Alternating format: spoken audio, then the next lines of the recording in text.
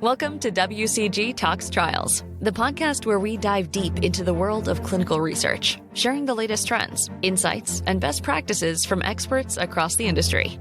In each episode of WCG Talks Trials, we'll explore a different area of the clinical trial industry, while featuring a diverse range of clinical research and medical professionals. If you're passionate about advancing clinical research, improving patient outcomes, and driving healthcare forward, then WCG Talks Trials is the right podcast for you. We are so glad you could join us today. Hello, everyone. I am Cristin MacDonald, the Vice President of Client Delivery here at WCG, and I am thrilled to be joined on this episode by my colleagues Tyler Bai and Doug Mayer. We're looking forward to discussing how SaaS is reshaping clinical trials by really making advanced technologies accessible to all, streamlining operations, enhancing security, and accelerating the path to new therapies. Before we dive in on how we can move forward with SaaS and the challenges and opportunities that come with that, let me remind you to subscribe to our podcast and follow us on your favorite listening platforms like Apple Podcasts, YouTube, and Spotify, so you never miss an episode of WCG Talks Trials. Tyler, Doug, welcome. Thanks for joining today. Can you tell us a little bit about yourselves and your role? Doug, why don't you start us off? Sure, thank you. I'm Doug Mayer. I'm the Chief Information Security Officer, Vice President at WCG. My expertise is securing an enterprise environment, so this is a very good topic to cover. And Tyler.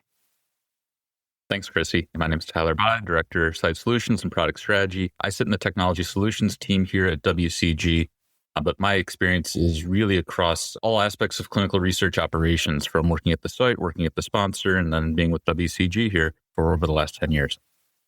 Excellent. Thank you. And I'm Cristin MacDonald. As I said, I'm the Vice President of Client Delivery here at WCG. What that means is I actually oversee all of our consulting services. Those services are quality and compliance consulting, site identification, feasibility, and ultimately our diversity, equity, and inclusion consulting. But I think today I'm here to talk about our quality and compliance consulting piece and bring some of the experience that we have with our clients there. The reality is we've worked with clients for years on optimizing their processes and making sure they're compliant with the different regulations that are out there. And for the longest time, we supported them in defining these processes differently and then ultimately making sure they were optimized. But with that came helping them evaluate technologies that would support those processes. And those conversations often were build or buy, where the buy was a true kind of software technology that required validation and installation on their systems. And ultimately, what we're seeing now today is that these software as a service solutions have let small and mid-sized sponsors tap into the same technologies that historically larger companies really benefited from because of the cost that is associated with bringing those into an organization. But how do the two of you see that reshaping the industry and ultimately the competition that's out there? Yeah, so I'll jump in and just kind of speak from an operational perspective. Realistically, clinical trials and the requirements, the whole process, that really hasn't changed a whole lot over the years. But what has changed is the technology and the way that teams are able to collaborate and the way that teams are able to execute on clinical research. As you said, the ability to access that type of technology has definitely changed over the years. Previously, it was really just looking at large pharma or, very large organizations that had the resources to deploy this. And what we've seen through SaaS or through self-serve technology is really the democratization of technology. It's given organizations, smaller organizations, who may not have all the same resources, giving them access to that advanced enterprise-grade technologies, giving them the ability to really level the playing field, giving the ability for a mid-sized biotech to launch multiple pieces of software very quickly and able to start up their clinical research application and studies using these SaaS resources. Yeah, and I'll add to that. The use of software as a service has been game-changing for companies for consistency. A lot of the challenge we had with these custom-built or specific built products that clinical trials are using is that a lot of times it's harder to monitor, harder to standardize. So software as a service has now put this in place that we can secure, monitor, enable consistently in the middle and less about making customization and meeting one group's needs when we can enhance the needs of all. So it's really a game changer when it comes to clinical trial. With the types of data that comes along with clinical trials, we can consistently secure and enable that access and the support of that. I think it's a really great point, both of you, but what we often see from organizations and why they would do that, build their own solution, is really because one of the biggest pain points in the industry, as you know, is the collection of all that data and ultimately being able to stitch that data together, but not only the data, just sort of the steps in the process. There's one platform or one application that's doing site identification, and then they're taking the output of that to do a feasibility outreach study, and then they're taking that to move it into their study startup piece of the application. So I think we've heard that SaaS solutions are out there benefiting each of those individual pieces, but what are we doing out there to stitch each of those solutions together? So we've heard about platform-centric models. So how does that kind of help to eliminate the pain point that exists in terms of integrating each of those steps of the process and the inputs and outputs of each of them to kind of eliminate those bottlenecks or those handoffs that oftentimes are pretty timely? So from a platform-centric model, and I guess speaking, from the WCG perspective, this is where our ClinSphere platform really comes into play. The whole idea behind building that platform model is getting the ability to provide the unified interface, that connected database, giving that seamless data flow so that all of the different aspects of a clinical trial, from initial feasibility to startup to execution, so you're able to see that data really flow through from start to finish in a really harmonious workflow across the entire process. Giving the platform ability also gives the end users that consistent UI, that consistent look and feel, and gives them really consistent tools throughout the process.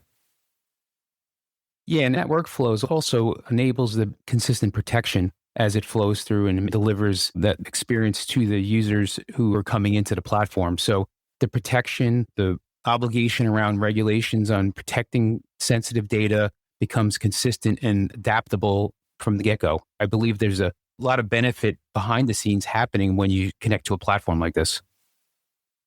I think it's a really great question, and it's top of mind, especially right now in the industry in terms of cybersecurity. It's really a non-negotiable. There's a lot of concerns, not only with dealing with patient data, but even with clinical trial data in itself. So how are we seeing technology providers and really sponsors share that responsibility in safeguarding those systems and the data? And if, frankly, from a quality and compliance consulting perspective, where do you see those responsibilities sit in terms of who's going to have to answer those questions when a regulator comes to ask?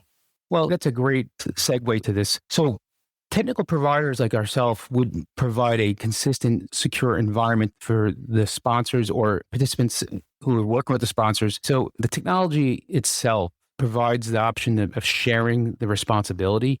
The shared responsibility enables the larger sponsors who have obligations from a data governance and compliance perspective when it comes to accessing a platform. The same allows us to give them an access that meets their requirements and their control, but at the same time, allowing the same control for the smaller organizations and then providing them a consistent ability to control access to meet the regulations.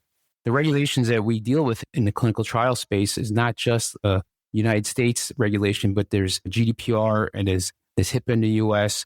There's a number of regulations that cybersecurity is expected to be baked in. So the ability of a platform makes it consistent for the different types of customers coming in based on that, it doesn't depend on their size. So the shareability is the key takeaway here.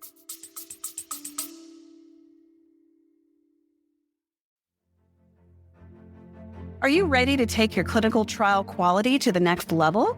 Join WCG's Avoca Quality Consortium, where over 200 leading organizations, including sponsors, CROs, sites, and service providers, collaborate to improve efficiency, increase quality, and mitigate risk in clinical trials. AQC members have access to more than 1,500 expert-developed tools, templates, and metrics, plus exclusive events on current industry topics to support continuous compliance. To join, visit wcgclinical.com/quality-compliance.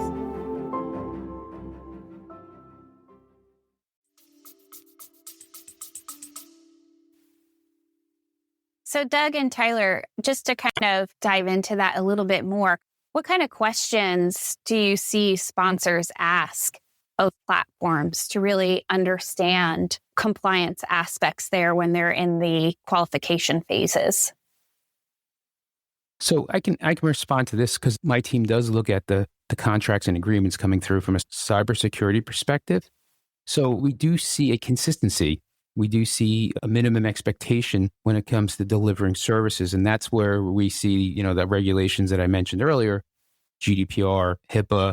If there's an organization that's guarding national state-sponsored work, there's a federal level that could come in play. So the consistency that we see in these agreements that we need to meet is delivered by standard practice and assessment of our platforms. So the customers coming in for pre-qualification typically have less friction because we are able to adapt and adopt across multiple frameworks and security standards.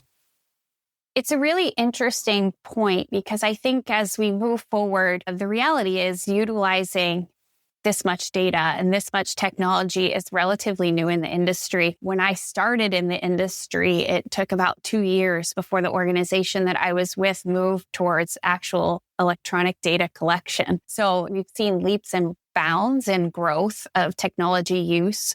And I think ultimately a lot of people are still catching up with what good looks like. So I think that's really helpful. But with that in mind, the industry is evolving with emerging technologies. And I think historically technologies have been, how do we capture this data? As we said, how do we take the inputs and outputs from one part of the process and move it to the next? But now more and more we're seeing, the famous popular words right now of artificial intelligence. And there's a lot of question and concern in the industry. And frankly, from a compliance standpoint, I would argue it's changing almost daily in terms of expectations of where it can and can't be used and geographical and regional differences to that. What are the biggest impacts you see with AI and ultimately SaaS-based technologies and how we design and operate studies moving forward? So from a practical purpose, I think right now, AI and everything that it's going to bring forward, we're really on the forefront of where that's going to be in clinical research. Chris, you bring up a great point that there's a lot of regulations coming out. We're seeing a lot of regional specific aspects around how AI can be used in clinical research. And really right now, I think there's a lot of opportunity in front of us. The one thing that I would call out, though, and just having been in the industry for a while, there's always going to need to be that human element because we have a participant on the other end of that research. So as much AIs that we have out there, we're going to see the need for the human interaction, the need for that final review, the final sign-off on eligibility of an individual. But there's going to be a lot of places where we can insert AI into the process. When I think about the recruitment and retention, that's really where a lot of my time is spent. There are definitely advances in how we can analyze an EHR, go through a chart of an individual and help identify, structured, not unstructured data to help identify who might be a better fit for the study. There are ways that we can accelerate that part of the process and how we can enable individuals at the site and individuals on the study team to actually assess the data faster. There's going to be areas where the work's going to be streamlined, where we're seeing algorithms flagging subjects who might be at risk during a study based off the data that's coming through. But at the end of it, all of this information that we're going to be seeing coming through is still going to be there to enable the individual, the healthcare practitioners, to ensure that participants are being cared for, that they're being treated safely, so that we're seeing the end results of a clinical trial still reach, but being reached faster and more efficiently. Yeah, and I'll add to that. The benefit of AI is about coming to conclusions quicker and sooner and more dynamically. The security around AI really leans on data governance. And data governance, what Tyler was mentioning about, about structured and unstructured data, is that we need to understand and label what is important that the AI needs access. And those guardrails of protecting that data around that governance is really what's in play here. You tie it back to managing user access and secure systems. A software as a service platform is really the place to enable this because of the ability to be ensuring that the underlying infrastructure has the controls that will respond to the query in AI appropriately and effectively and consistently. It's a really good question. And my question back to you is, what advice can we give sponsors or other organizations that are looking to buy SaaS-based AI applications in ensuring that they're providing the best data that they can, but also protecting themselves and ensuring that any data that's proprietary to them isn't kind of lost out in the cloud, if you will, for anyone or everyone to use. I mean, that comes down to controls and data and mapping your data to the type of data.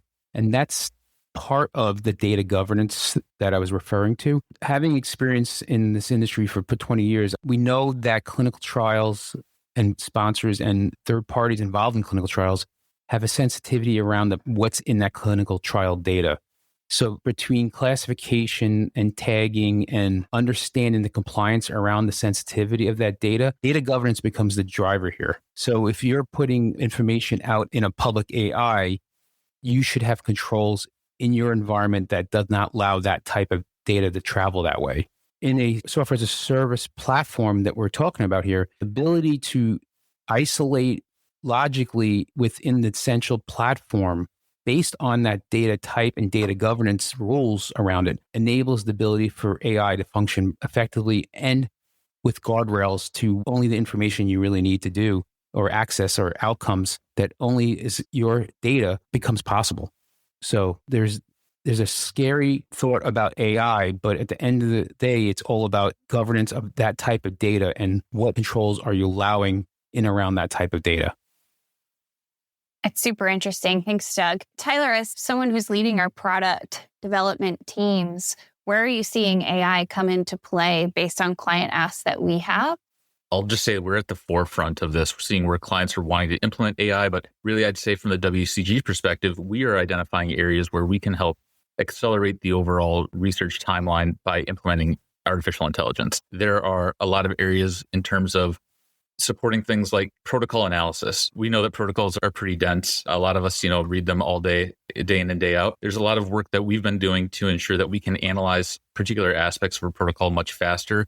And as Doug mentioned, get to conclusions faster. So identify where are going to be the pain points of a study? Where do we need to put some additional emphasis? Is it going to be something that's more difficult to recruit for based off of the participant profile and what we're seeing historically compared to other studies? There's also a number of different ways where artificial intelligence is going to be implemented just in terms of how else can we accelerate individual aspects of research. My focus is really in the recruitment and retention area, and there's lots of complexities in that process and in the overall effort that has to go into recruiting and retaining a subject. There's lots of ways where we can use AI to help streamline the data flow, help take a look and understand what information is out there in the study overall, as well as in an individual participant chart. But there's really a lot of different aspects that we're looking at across WCG where AI can help accelerate small aspects of clinical research to see this very large, profound impact.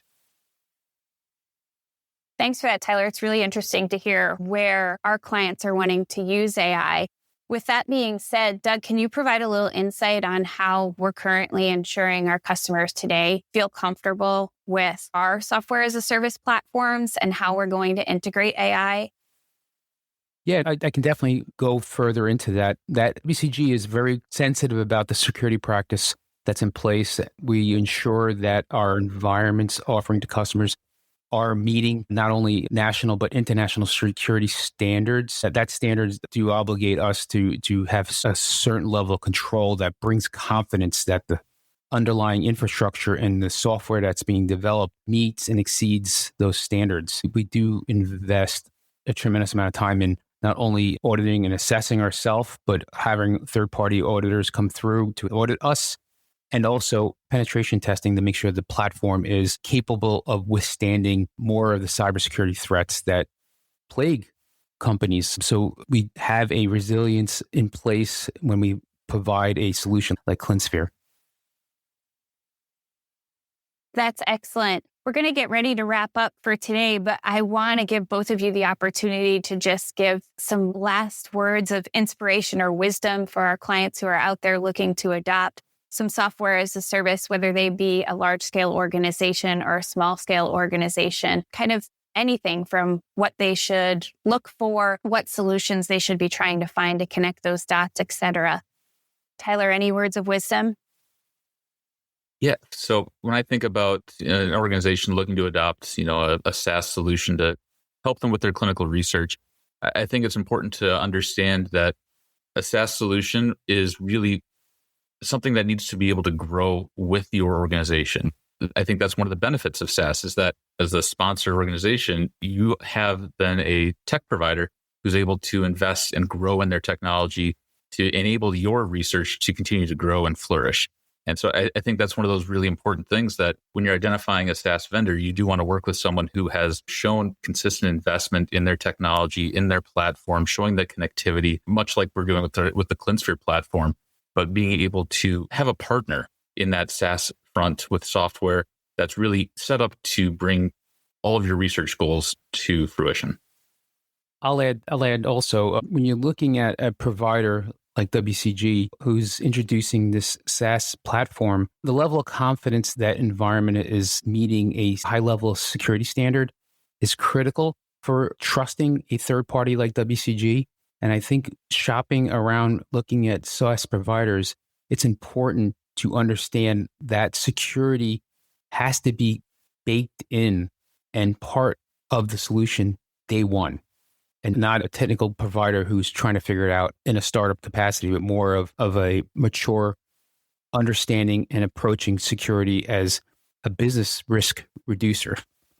I think that's incredibly important. And for the organizations that, as you said, are maybe not as mature, WCG does have the Avoca Quality Consortium. There's over 220 sponsor and provider companies that are a part of that, and they develop leading practices. Some of those leading practices are qualification standards across a variety of different providers, those being tech providers as well, that cover a lot of these questions that you should be thinking about when evaluating vendors. Those are available in the Knowledge Center. So any of you who are members of the consortium should check those out to kind of educate yourselves on the more granular details that Doug is speaking about. But before we wrap up today, I really want to thank Doug and Tyler for joining me and sharing their insights on this episode of WCG Talks Trials. Thanks to our listeners for tuning in. If you have any questions or want more information on WCG solutions, be it ClinSphere, be it the Avoca Quality Consortium that we just spoke about, or any of our applications that we have or technologies, please visit WCGclinical.com. Ultimately, we hope you found this episode insightful and that you'll join us for future episodes of WCG Talks Trials. Bye-bye for now. Thank you for joining us for this episode of WCG Talks Trials. Don't forget to subscribe to this podcast on your preferred listening platform as we continue to explore different areas of the clinical research industry. As always, we encourage you to join in the conversation. Feel free to reach out to us if you have any questions, comments, or suggestions for future topics you'd like to hear on the show by visiting us at wcgclinical.com/podcast. We're here to serve as a trusted resource as we work to improve lives and accelerate clinical research together.